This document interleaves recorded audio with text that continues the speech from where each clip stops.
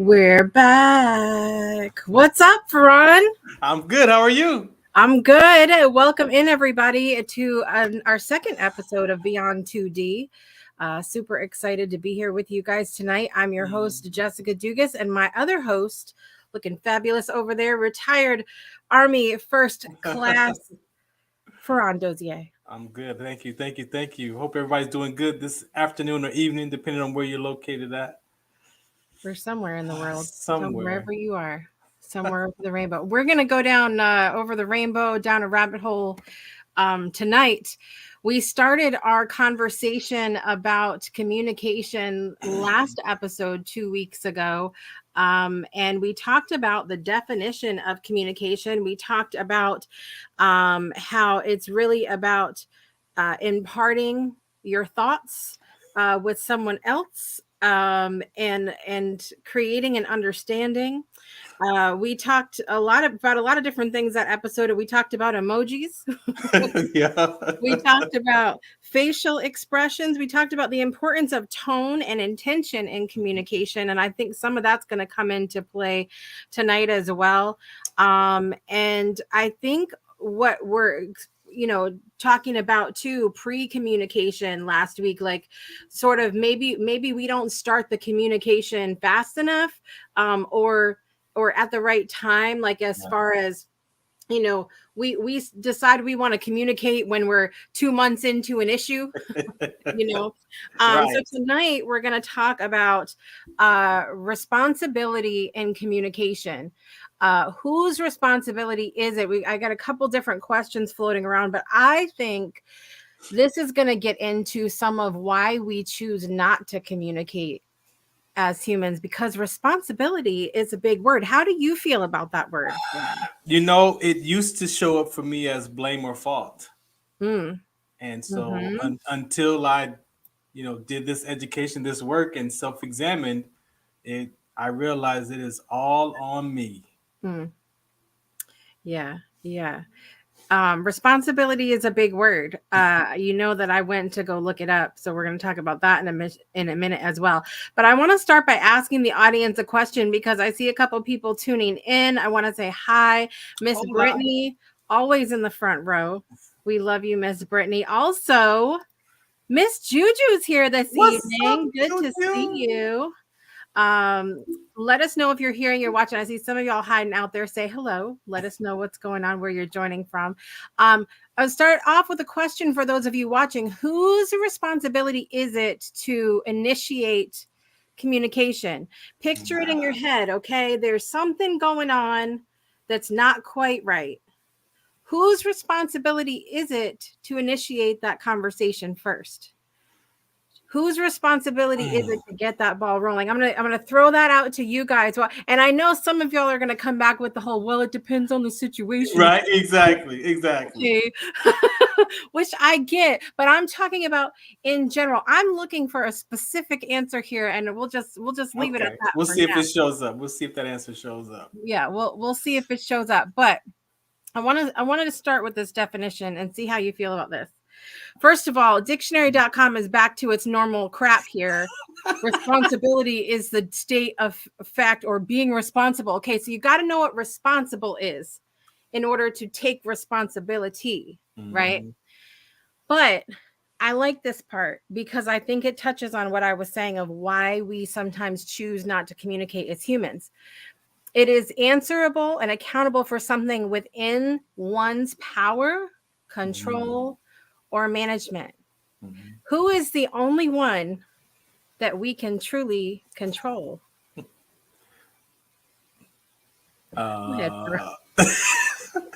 Only myself? Yes. But I want to control you. I know.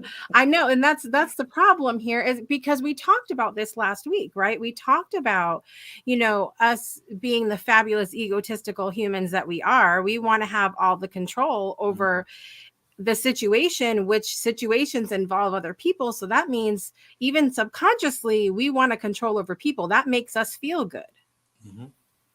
Yeah. Because we like to help. Yeah. We do. We truly like to help others. Yeah. But it doesn't always work that way. it doesn't always work that way. It's at all.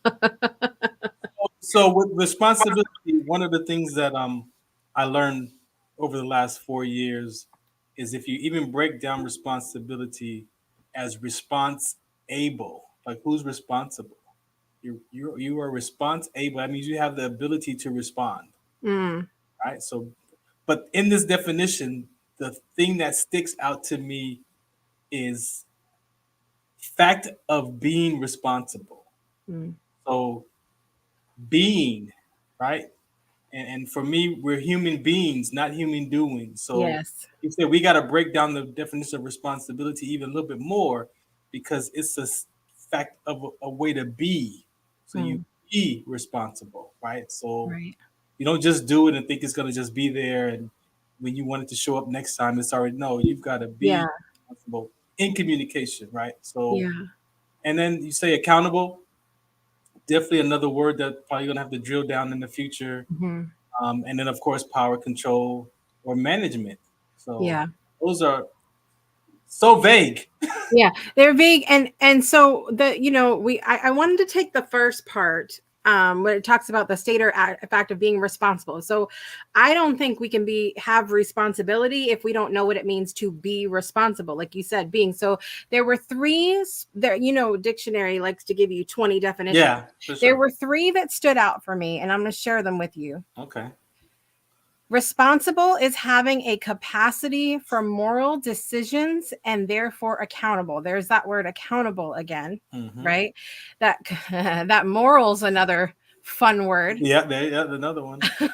Next one is responsible is involving accountability. Here we go. Or responsibility as in having the power to control or manage. There's that control word again, right? Yep. Now, here's another one. Responsible is reliable or dependable, as in meeting debts, conducting business dealings, etc. So, do you want to do business with someone who's not responsible, who doesn't take responsibility? Oh, Probably not. probably not. So, why then do we give a pass? Because we kind of talked about this a little bit last week too. To our friends and family and loved ones, why do we give a pass and allow irresponsibility to happen, or not being true to our word, or not being accountable to happen? Why do we allow that to go on? I Why do don't we know. allow ourselves to do it? I don't know. Next question. Nope, you're not getting out of this one. Okay. Could you repeat the question, please?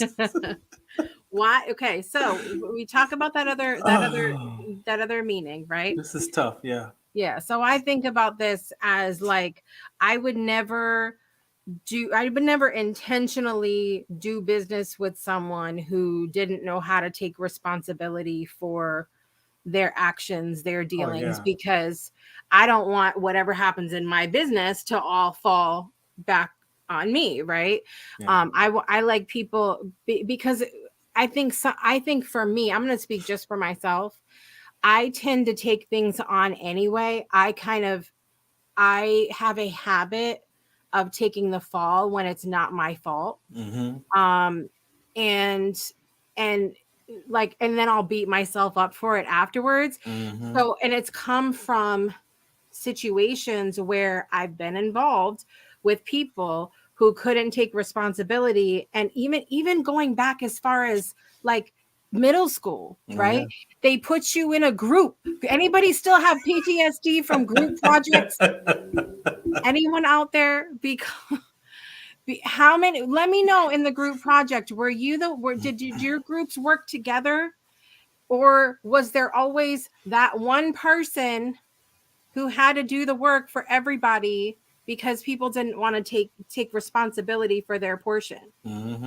Right? And so that's come into my adult life, where now my automatic response is to take responsibility even if it's not my fault, without letting them be responsible for themselves. So my level of responsibility came from an 8-year-old child. So you're talking about going way back, right? And so when I realized that I had to be responsible for that key on that string, right, to get in the apartment after school, right, that latchkey kid era, that being responsible became like a badge of honor. Like I was proud I was responsible. But like you said, then you take on all this weight, right, and to try to live up that level of responsibility to the point where when I joined the military, one of the jobs that I took on was being a supply sergeant. Now, who is the most responsible person in the unit, in the military unit, is a supply sergeant. Why? Because he's responsible for the paperclip to the tank. Right. Right? I had to be accountable for from paper clips to tanks.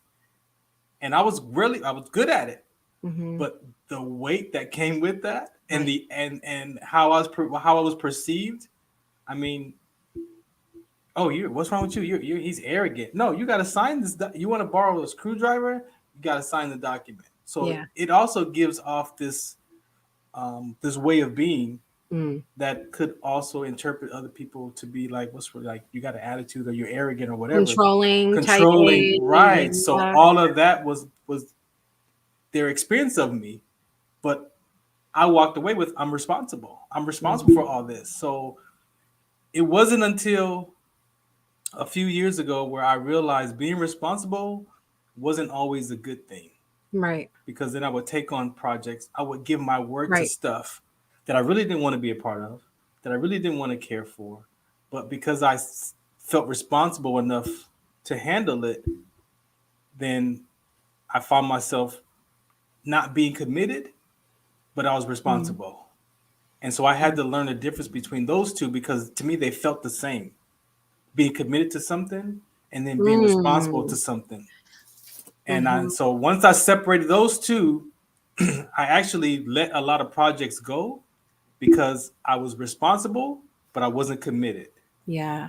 Right. Yeah. And so that's how I had to go down my rabbit hole to figure out what responsibility, not just what it looked like, but what it felt like to me. Right. And once I was free from that, then I was like, okay, cool. I'm definitely a responsible guy. And sometimes it still gets in the way, but I recognize how I feel about it and to know that it's not about a blame or fault.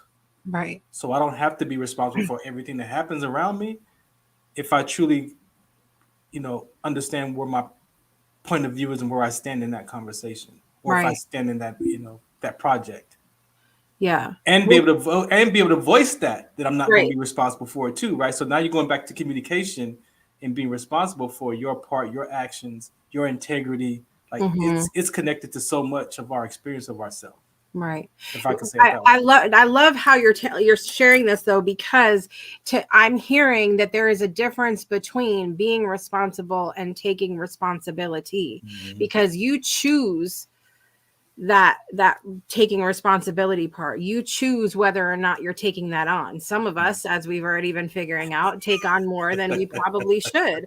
And it does. I can see for myself how that has, I'm positive of it, come across as arrogant, controlling, type A, because I have picked up the slack so many times and taken that responsibility when I shouldn't have, that now it's like, well, I'm just going to go ahead and take responsibility from the get-go because I'm expecting that hurt to happen. Yes, exactly. There you go. Yeah. You're avoiding that negative experience. Yeah.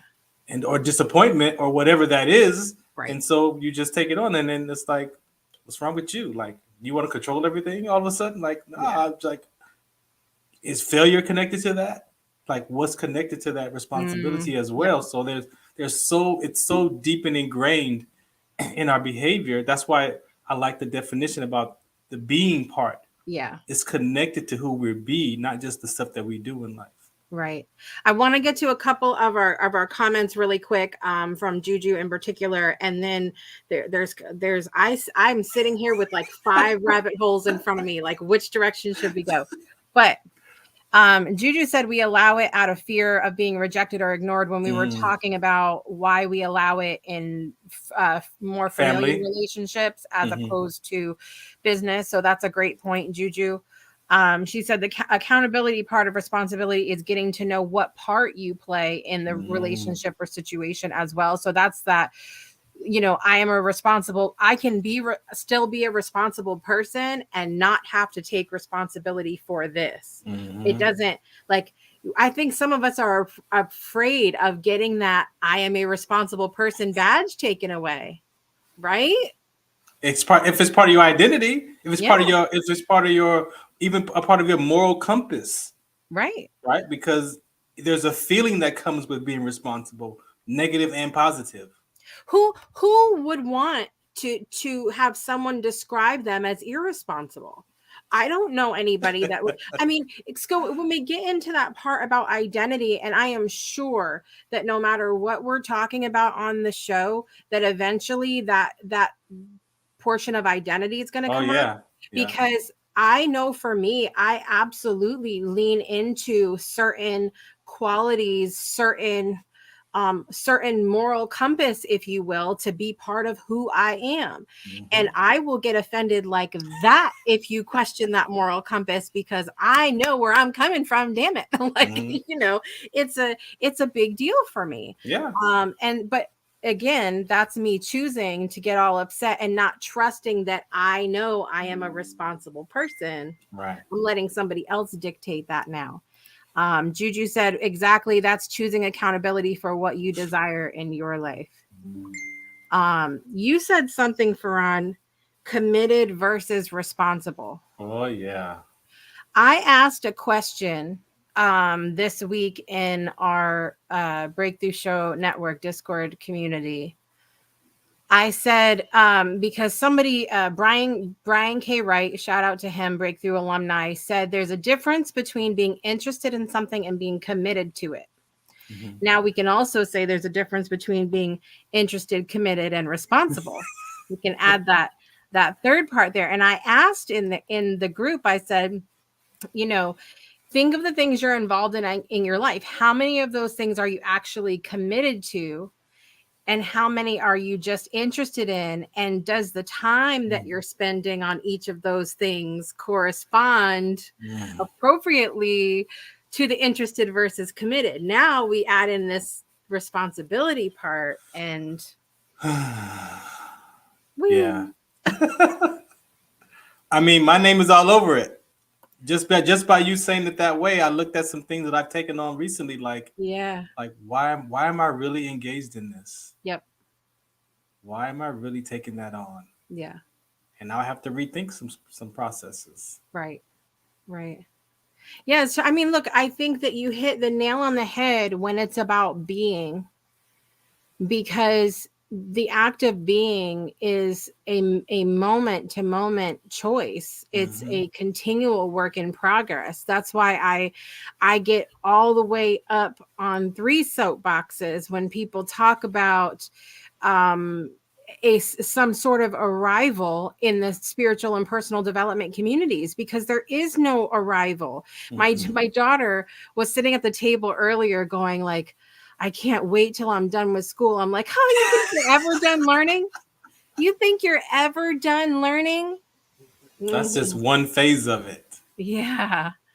Yep. And the thing of it is we're kind of fooled, I think, because we're like, well, I want to finish with school because I don't like people telling me what I have to learn, right? But in a sense, we're still kind of being dictated that as we get older in a little bit, because society, our friends, the things that happen around us do have an impact on what we choose to learn. Now, we'll say I'm choosing to learn this, but if you weren't influenced by those around you, you wouldn't probably want to learn those things. I want to go back to something that you said, because I don't think we can dance over it, because it's the other side of being responsible. Yeah. That comes with emotional situations or traumas or whatever, which is being irresponsible. Right. And I'm sure we've all experienced someone telling us you're irresponsible, or in some definition of that context. Right. So then how do you manage the emotional part of that being irresponsible? Right. And making the corrections. right? Because sometimes when those emotional traumas happen, you become another way to survive that episode, Mm-hmm. but you're still avoiding the irresponsibility piece. Mm-hmm. So you're always focused on not being irresponsible to be responsible. So you're not even aware of what's going on like right now in real time, because I'm always paying attention to, am I being responsible right now? Because what's in the background of my thought process is I'm irresponsible. Mm-hmm. So the more that I focus on being irresponsible or not being irresponsible, the more it probably shows up Right. in the stuff that you're up to. So I wanted to touch on, before we go to this break in about 8 minutes or so, is what are the things that causes us to experience emotionally the irresponsible stuff, right? Mm-hmm. And I'll put it like this. Sometimes conversations about right or wrong could thwart the ability to communicate, Mm-hmm.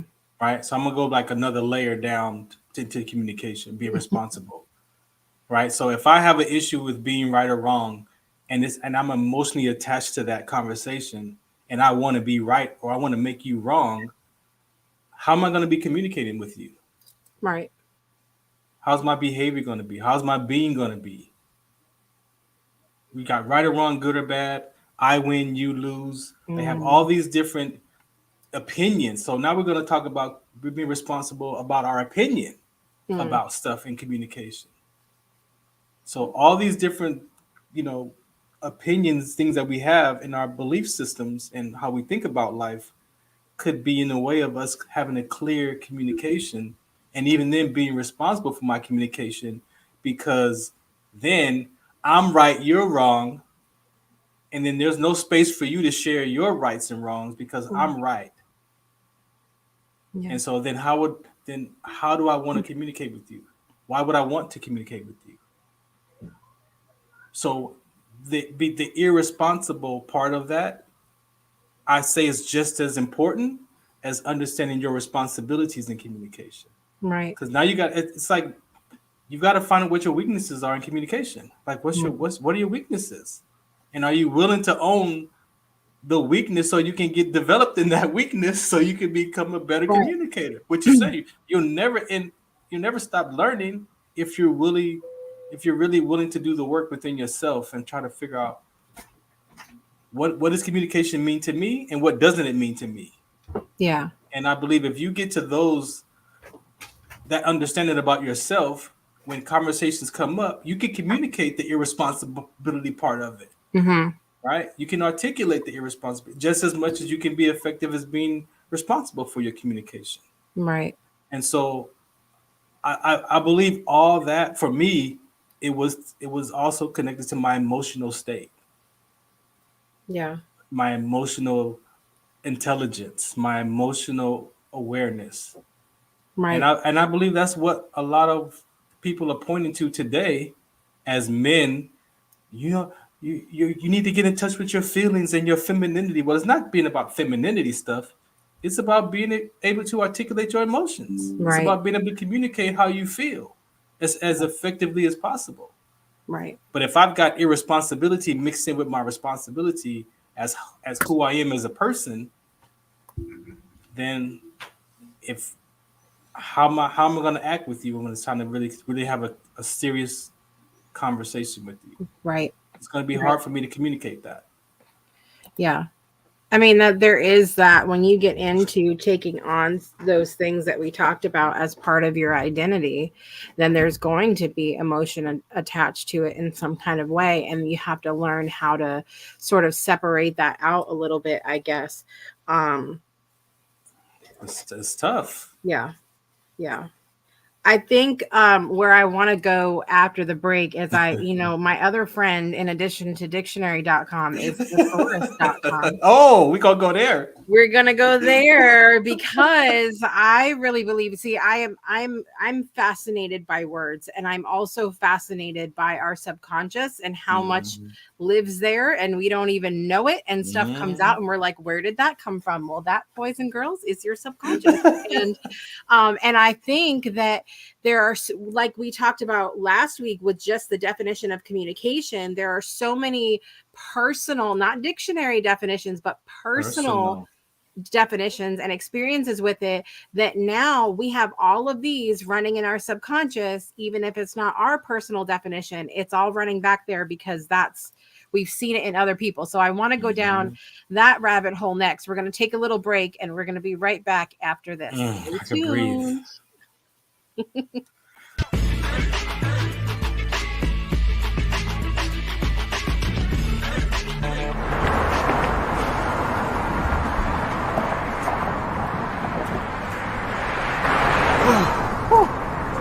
Hey, what's up, man? How you doing? I'm blessed, my brother. How you doing? I'm good, man. I'm good. Hey, did you see the game last night? Oh, that was a good game. But did you see the shot? I lost money from that shot. Oh, man, that shot was cold, I man. hated it, but it was good. Damn. What's in those jeans? You really want to know? I do. Exhaustion, muscle spasms, asthmatic issues, unexpected sickle cell trait crises. Damn. Are you serious? When I was young, I found out I had sickle cell trait. My mom's told me, but I ain't have no knowledge of it. But when I got older, I had a child, and the doctor told me my daughter had sickle cell trait. Do you know the facts that both parents have sickle cell trait? There's a 50% chance the child may have the trait, and 25% chance the child may have the disease. Hey, that's what's the count. Do you know that 2.5 million people in the United States have sickle cell trait, 300 million people globally?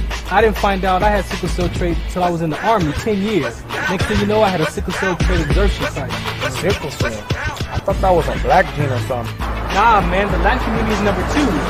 1 out of 36,000 babies are being born with sickle cell disease. You could be Caucasian, Mediterranean, European. You gotta know your bloodline, man.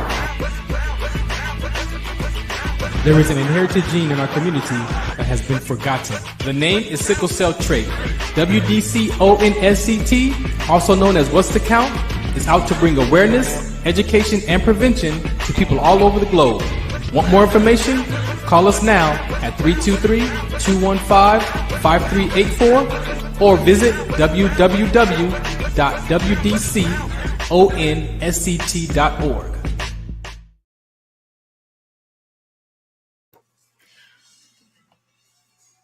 Welcome back to episode 2 of Beyond 2D with your hosts, Jessica Dugas and the other D, Farron Dozier. What it do? What it do? So I don't know if either one of us are ready for this, but we're about to that's why we're here. We're about to have a good time. That's why we're here. Okay. So thesaurus.com. The most relevant synonyms for responsibility are authority, burden, duty, guilt, importance, liability, obligation, power, restraint, and trust. Oh my goodness. These are some big, hard words. No wonder we have problems. No wonder, because if you think so, at first look, I kind of had the same reaction for you. I'm like, what do you mean that's what responsibility means? I'm like, no, this is too much. But there have been times when I have felt that guilt, burden, and duty when it comes to responsibility. There have been times when I have neglected my responsibility and felt that liability, that distrust, lack of power, and when I drop the ball, when I have dropped the ball on my own responsibility before, I have felt unimportant. I have felt like a burden, and so there are all of these different big emotions that I realized in thinking about it that I have felt before, that on the surface, I'm not necessarily associating with communication, but because those emotions have come up regarding responsibility and communication before, I'm sure that's going on back here in my subconscious. I mean, I don't like thesaurus.com at all. It's not your friend. It's no, my friend. It's your friend, not my. I don't even. It helps me. It shoves me into the rabbit hole, even if I was thinking about going down anyway. If when you look at all those words on that Mm. how emotional charged they are. Yeah. Like that's all emotion. Yeah. Well, for us, it is. There's some people that could be looking. Does anybody see any of those words that don't feel emotionally charged them? Because I know that some people are just different. They just are, we all process words in different ways. That's why we have a resource like thesaurus.com, because if you are okay with the word authority, but you're not okay with the word guilt, then now I know which word to use with you. Now that's the only good thing about it. Because in learning personal development courses that I've taken, all this is in words. It's in language. Everything is in language. So sometimes we have to find words that give us power, because there are some words that take us down that negative experience of ourselves. So yes, so I agree with you on the thesaurus.com piece of that. Yeah. That you got to find the words, and that's why communication is so important. You got to find the words that best describe how you feel and what you want to say, versus what my environment taught me of what that word means and how I feel about it. But then I'm an adult now. I may not feel the same about being vulnerable anymore, how I felt as a child, or that word may not give me power as a child. So now as an adult, I have to be at some level of have vulnerability as an adult, even though I don't like how that word makes me feel. So then now you've got to find words that give you your strength, that give you your power, that give you your boldness, which is important in communication.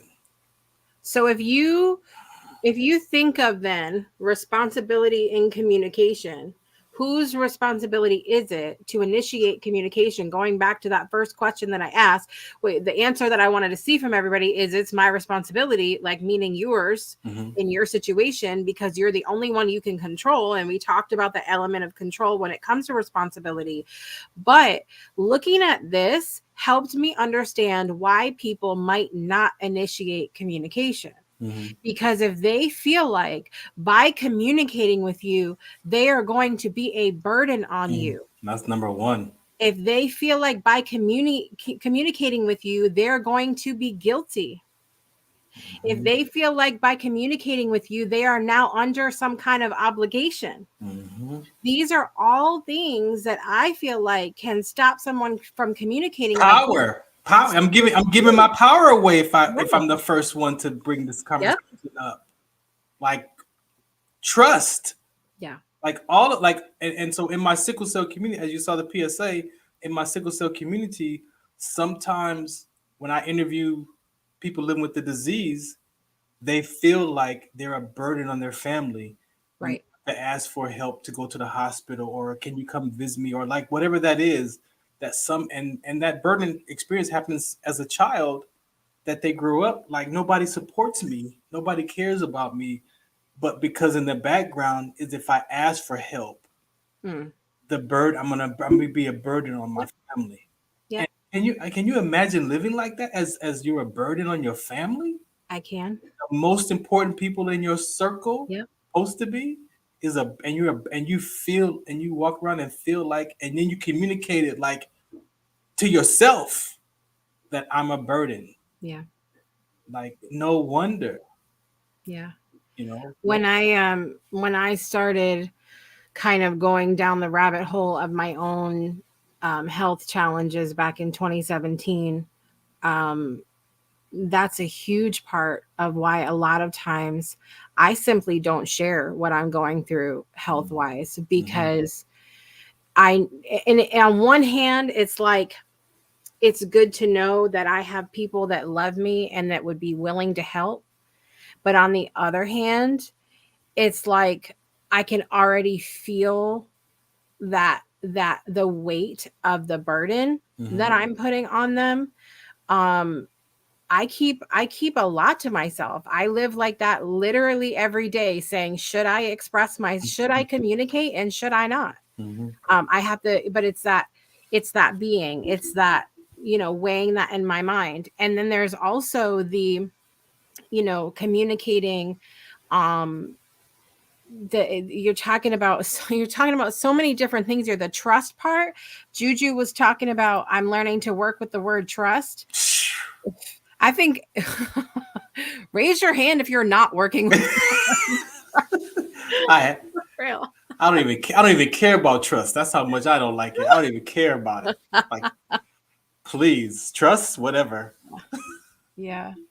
Brittany was saying she often feels that same burden as well. She's working on it though. And that's the thing is like, I think with any of this, we have to choose whether we want to work on that communication piece or we don't. And I for like, this may not be a go-to for everybody, but for me, I always go back to if I really care about if I care about the people in my life as much as I say I do, then don't I want to effectively communicate with them? Don't I want to know which one of these words are a trigger for them? Don't I want to know how we can communicate better?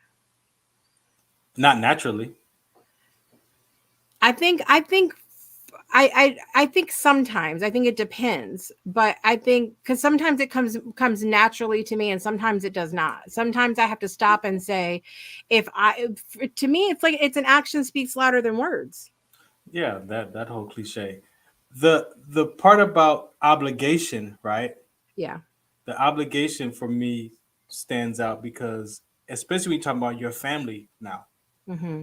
that love for our family comes with obligation Mm-hmm. already. So you might feel obligated to communicate with your family, but if there's disappointment and upset and frustration mixed in with the obligation, you're not going to say anything. Right. Which one's going to win in your mind?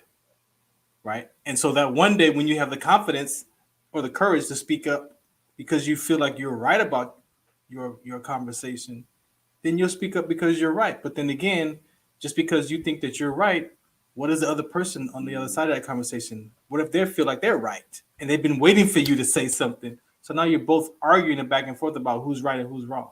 Right. So that obligation piece, like I said, that all of that right there is important for outside conversation. But I want to spin it one more time to back to how do we communicate with ourselves first? Mm-hmm. And as you said, that subconscious mind has all these experiences stored in the background, running off of it, waiting for that opportunity to speak out and blur out whatever we want to say, negative or positive. But how are we communicating with ourselves first? Through these conversations to ourselves. And a lot of times, I would imagine it's not a healthy conversation to myself. Right. So then how would it be a healthy conversation outside when I open my mouth with all that stuff going on in the background?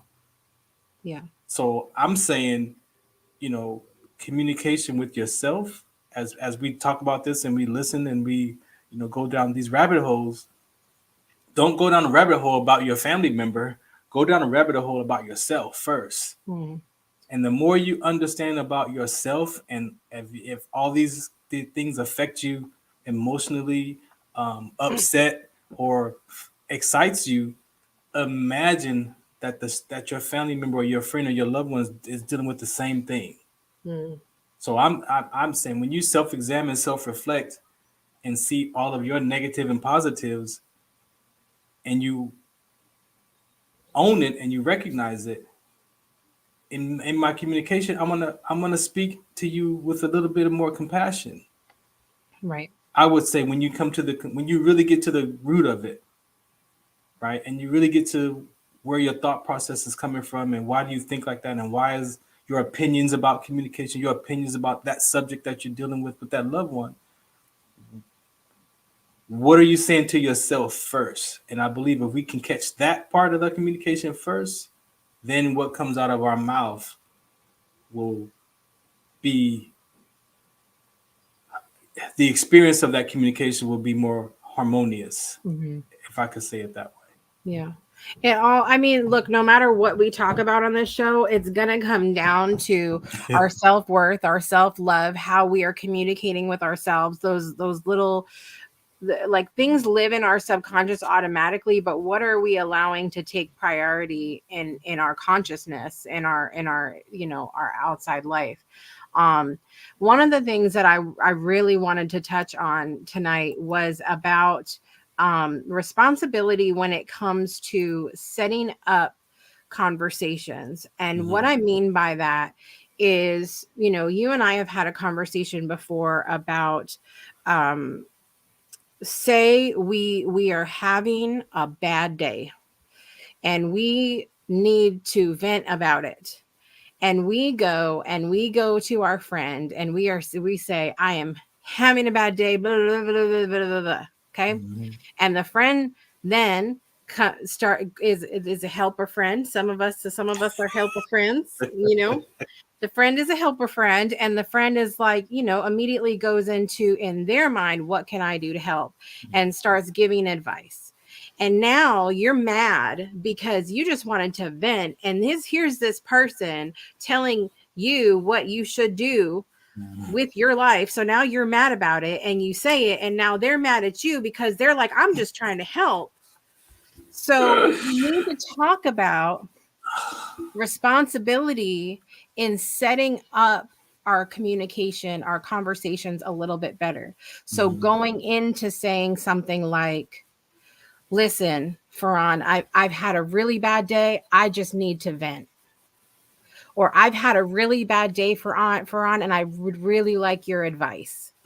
Setting up what it is you're looking for in the conversation, because then if it's outside of what you asked, it's easier to go, I appreciate that, but I just wanted to vent. I told you I just wanted to let it out. Or, I appreciate you listening. What can you offer me? You can then navigate the communication a little bit easier than going, I didn't tell you to tell me that.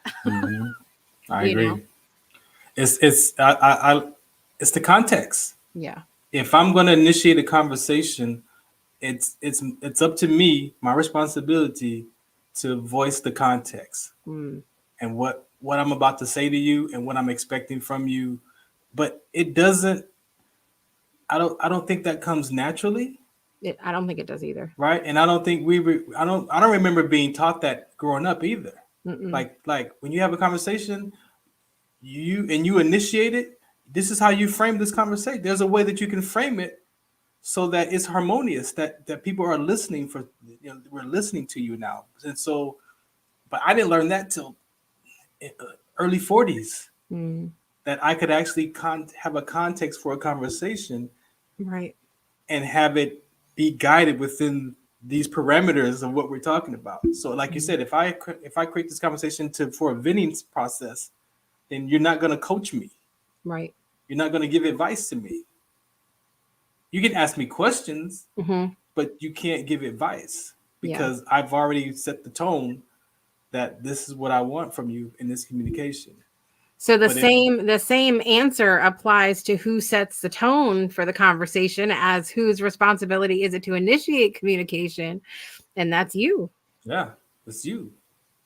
And even if it's a disagreement with the other person, I could still set the tone for my conversation to engage that person. Now, if you want to make it about something you want to talk about, then after we're done here, then you can design your conversation and we can talk about that subject. But what we do is we just go at it, and then now we're bringing up 10 years ago. Now we're bringing up, what you might do to me later on. And so there is the miscommunication. There's all of that happens in that dynamic. Now, what if we're in the middle of the conversation and I told you, Farron, I just want to vent.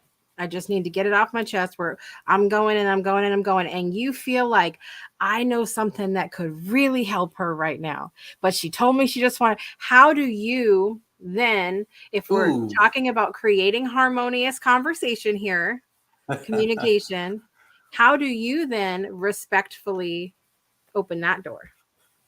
This is stuff that I learned. Yeah. I learned that in certain conversations, you have to ask permission to speak into someone's life, right? Like that's a principle, like that's a rule.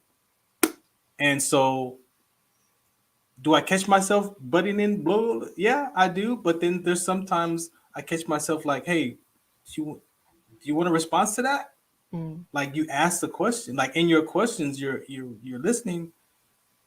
You have to be, hey, is it okay if I speak to that? No? Okay, cool.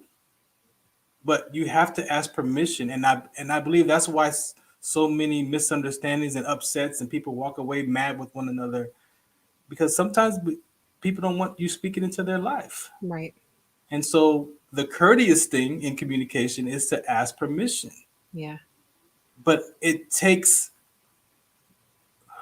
confidence, courage, like it takes a way of being in communication to be responsible for this conversation we're having, where I might have to give up my power. I might have to give up being correct. Like I might have to give up something so that you have the space to be free from what you're dealing with. And is that a loss of power to me? No, I'm actually your sounding board so that you can be free from your whatever you're dealing with. Yeah. And I might have to lessen myself as a person for that space to happen. Yeah. All I'm going to say is this: the chat went completely silent when we started talking about this, and I really want to know, and be honest here, you guys, because I'm the first one to tell you, as far as creating harmonious communication in the relationships in my life, I am absolutely a work in progress. Like, and I don't know that there's a rival. It's that every time I am in a conversation, I am making some kind of attempt to shift what my brain is doing and my mouth are doing two different things here. And so let me know if this is something, are you actively attempting to have harmonious communication in the relationships in your life? What we've been talking about, setting up the conversation for what you expect to happen in the communication. Are you interjecting, appropriately, kindly, things like that. And then I want to, because I feel like, I don't know, do you feel like there's sort of etiquette at all with communicating online with people? Like communicating via text and things like that? That part for me is a very fine line, because if you and I have been communicating and we're in a disagreement, and then I'm texting you, you're reading that text message right in the broken communication context. So I could type no, and if we've got a negative thing in there in communication, that no is going to be like explosive. Right. So I have to be aware in my typings and choice of words again, how I type and how I text and the context. Even you can still create that context in a text message, but it's still dangerous grounds. It's because, again, how that person is what voice that person is using to portray your voice in their head. If it's the attitude voice, is it the harmonious voice? Is it the stubborn voice that they're reading your words? You don't know how those words are going to land on the other person's phone, right, or screen. Like, you have no control unless you type something to set the tone, and see if they're even going to engage with you. But we use text messages now for like deep conversations, and that's not a good space for that. Yeah, it's a recipe for disaster, because I have been, even recently, in conversations where I can, and it's hard for me as more of an empath, I guess, because I have always been very gifted with reading energy without reading words. It just is what it is. I've always been that way. And so there's feelings that exist, and whether anybody wants to believe that or not, we are energy. We are made of energy. When we feel a certain way, those feelings have energy as well. And there are people that can pick up on that. And so, why are you banging your head at me? Because we're gonna have to go down that rabbit hole. We will absolutely go down that rabbit hole one day. But my point of this is that a lot of times, things are said online, and it's well, there's, like we talked about in week 1, tone can be important in a conversation. And there's a lot of people who were not have not ever been trained and don't understand with how their tone is missing from their typing or how they're coming across in their typing, and they'll be the first to go, well, I didn't mean it like that. But I'm like, that's not that's not what I read on my screen. That's not what I just read right now. Thank you very much. And so it's very, very challenging because, like you said, we're having these deeper conversations now via text. The very reason why I chose for the Breakthrough Show Network to have their shows on video format is because we can see each other's faces. Exactly. Because we're not just listening to tone of voice, we are seeing the emotion come across the screen a lot of times. You are seeing the relationships being acted out on the screen.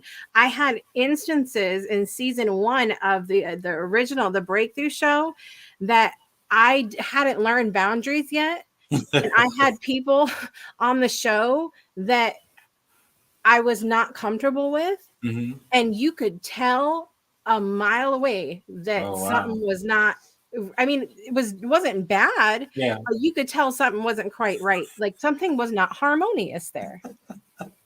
Something was not harmonious there. I just believe with so many opinions, right? We see the definitions. With so many opinions in the background, with so many worries in the background, we pretend in the background like everything is okay. Like with all that going on internally,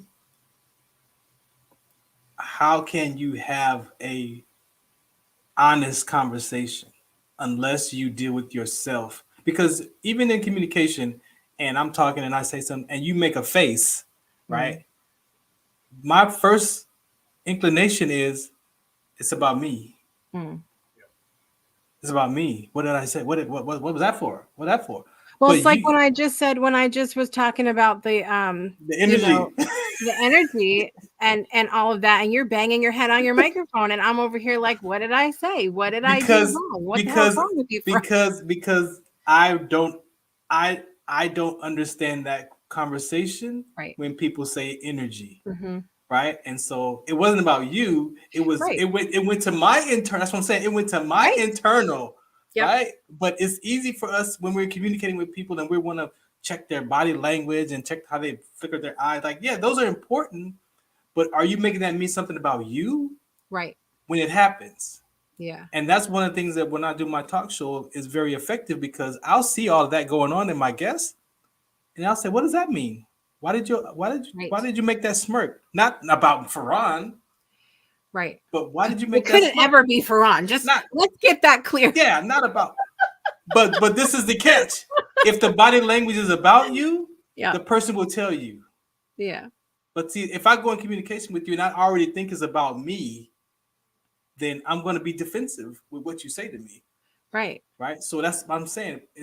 We have to first in this rabbit hole, before you even go down the rabbit hole, is look at yourself first about your communication. What triggers you? What words trigger you? Because that's what you're going to be defensive with. So you're not even going to listen. The other part of communication, when you break it out, is the listening piece. That's going to come in our future conversation. We haven't even gone there. To be harmonious, is more listening than it is talking. Yeah. So I could take what you say, I could spin it and make it sound like wonderful. And you just curse me out. You just use words to insult me. But I could take your words that you tried to insult me with and listen and spin it back to you. And you'd be like, oh, well, that's not what I meant. Yeah, I'm pretty sure that's not what you meant. But so what are you trying to say? Right. Because again, our words that we hide behind are descriptive. I'm giving you descriptive words. Right. So you don't catch how I really feel. Right. Yeah. So how can I be harmonious when you're giving me words that I'm struggling or I'm upset or, so all of that in communication, who's responsible? We are individually responsible for our own communication first. Yeah. We have to be. and without blame or fault. And there's a conversation to have, so it doesn't come across to myself as if I communicate this to you, it's like I'm blaming myself, or even I'm blaming you. But it takes a particular kind of way of being in that responsibility, Right. that we have to find our power and our strength and our courage. I use courage, confidence, boldness, because those are strengths. Yeah. And so you might have to find a word that gives you your confidence. I told my daughter just the other day, maybe I'm using the word that you need confidence is not the word for you. So look up confidence and find a word that relates to being confident so you can use that word, because maybe Thesaurus.com is your friend. I'll text her and let her know. Go ahead, because I bet you it'll be thanks, Miss Jessica. That's what it'll be afterwards.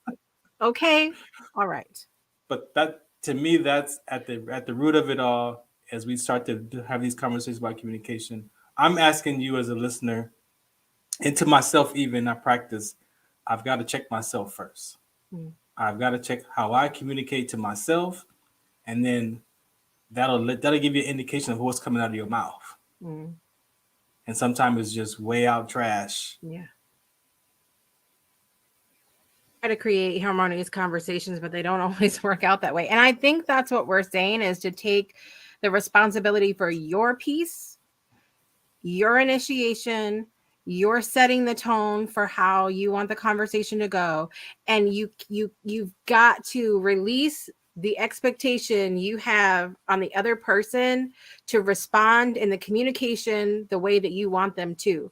And I think we're going to end up diving into that a little bit when we talk about listening next week. Listening and communication is our topic there in 2 weeks. Can I give you an example of that real quick? Yeah, Because how was I going to say it? Oh, asking someone for support or some help and they say no. That no for some people will be like, I'm never going to ask them again. Exactly. Yep. Never gonna. But again, if you have to give that person the opportunity to say yes or no. Like, you can't ask a question and then you have to formulate your question differently to take away the no. But for a lot of times we ask someone for support or to do something for us and they say no, the expectation that I had on you hoping you say yes and you tell me no, it could be hurtful to me. Yeah. But really it's my level of expectation that I had on you for the yes. Because I really wanted the yes from you, but you said no. But I have to give you the space to say yes or no. Right. And be okay with that no if it comes to a no. But for me, it's uncomfortable to have a no. And I think, look, there could be literally that no portion, both for in a personal way and in a business sense as well. That no portion can be such a huge thing, because if you think about it, and I don't want anybody to twist this. I know we're going to go a few minutes over here, guys, but I really feel like this is important. I don't want people to get this twisted that it's a bad thing, but from the time we were little, from the time we were born, we would go and do something or ask for something. And what would our parents say? No. I am as much, I've said no as much as any other parent out there. However, one of the things that I really like as a parent, and I try when I'm not being human, is the redirect. It's just, no, we're not going to talk about no. It's going to be like, what else can we focus on instead? How can we make this a harmonious situation? Because I don't want, Leah says to me the other day, she's like, you always tell me no. And so we're told that our whole childhood and growing up, and then we get older and we go to have a conversation with an adult, with our spouse, and we don't want to ask our spouse for something we want, because why? Because we already know we're going to be told no, even though we don't know that. It's just what our parents told us. That's a whole, you talk about just the process of growing up as such a huge impact on how we communicate with each other. It's insane. It's getting expressed in our adult life now. Right. Yeah. So Absolutely. I have to shout out Angelique, because Angelique said my face speaks more and faster than my mouth can usually, and I'm working it. I think one of the biggest things that I wanted to say this to and I don't know if this has been the case for you, Farron, but doing a video show has been one of the quickest ways for me to fix my face, because I saw from the very beginning that sometimes my face will not express my truth, what I'm really experiencing in the moment, because I can be very emotive. However, I don't ever want my the way that I emote to be comfortable or uncomfortable for other people. So even when I've trained other hosts and things like that, I'll go watch a show and I'll be like, keep an eye on your face. Like, you got a beautiful face, but keep an eye, because sometimes it can be expressing something we don't mean to. Yeah. You know, and right away you might be in a conversation and what am I gonna have for dinner tonight? And it's on your face. Yep. And look, I'm as like, sometimes I'll have, I'm trying to pull up the stream and I'm like this. And then I look like I'm not happy about what Farron's saying. Juju said, I'm here listening while cooking and love your points of view and perspective. Got a lot to think about and work on within myself. Thank you for this, Jessica and Farron. We appreciate you being here. And like I said, next episode in 2 weeks. What is that? That is April 11th. Yeah. We are going to be talking about listening in communication, because we've talked a lot about the actual talking part, and the other half of communication is listening. And I think we may end up having a guest as well. And it's going to be a good one. Yeah. I can't wait. Yeah. Thank you for today. Thank you. And did you see what a great example of communication we were during the show? I said, Farron, what the hell do you mean banging your head on your microphone like that? What did I do wrong? I don't understand energy. Help me understand what you mean. We're going to go down another rabbit hole. That's what we're going to do. Listen, I'm so thankful for you, my friend. And I'm excited for continuing this conversation on communication, because that's all we can do is better ourselves. And then that's how we heal the world. Hey. Make it Michael Jackson. I can name that tune in 4 bars. You win. You win. It's happening. Brittany appreciates. This was great. Angelique said, great show and conversation. We appreciate all of you being here, and feel free to continue the conversation in the comments. We will communicate with you. We'll try to leave our feelings out of it. And nope. Okay, some of us. I'm reacting to everything you say. What? That's honesty. That's honesty right there. Thank you, Farron, for being here again this evening. It's always a pleasure. And we will be back in 2 weeks, you guys. We're going to finish with the love from my friend Dorothy Auger, and we'll see you in 2 weeks, April 11th. 2D. More Beyond 2D. Bye.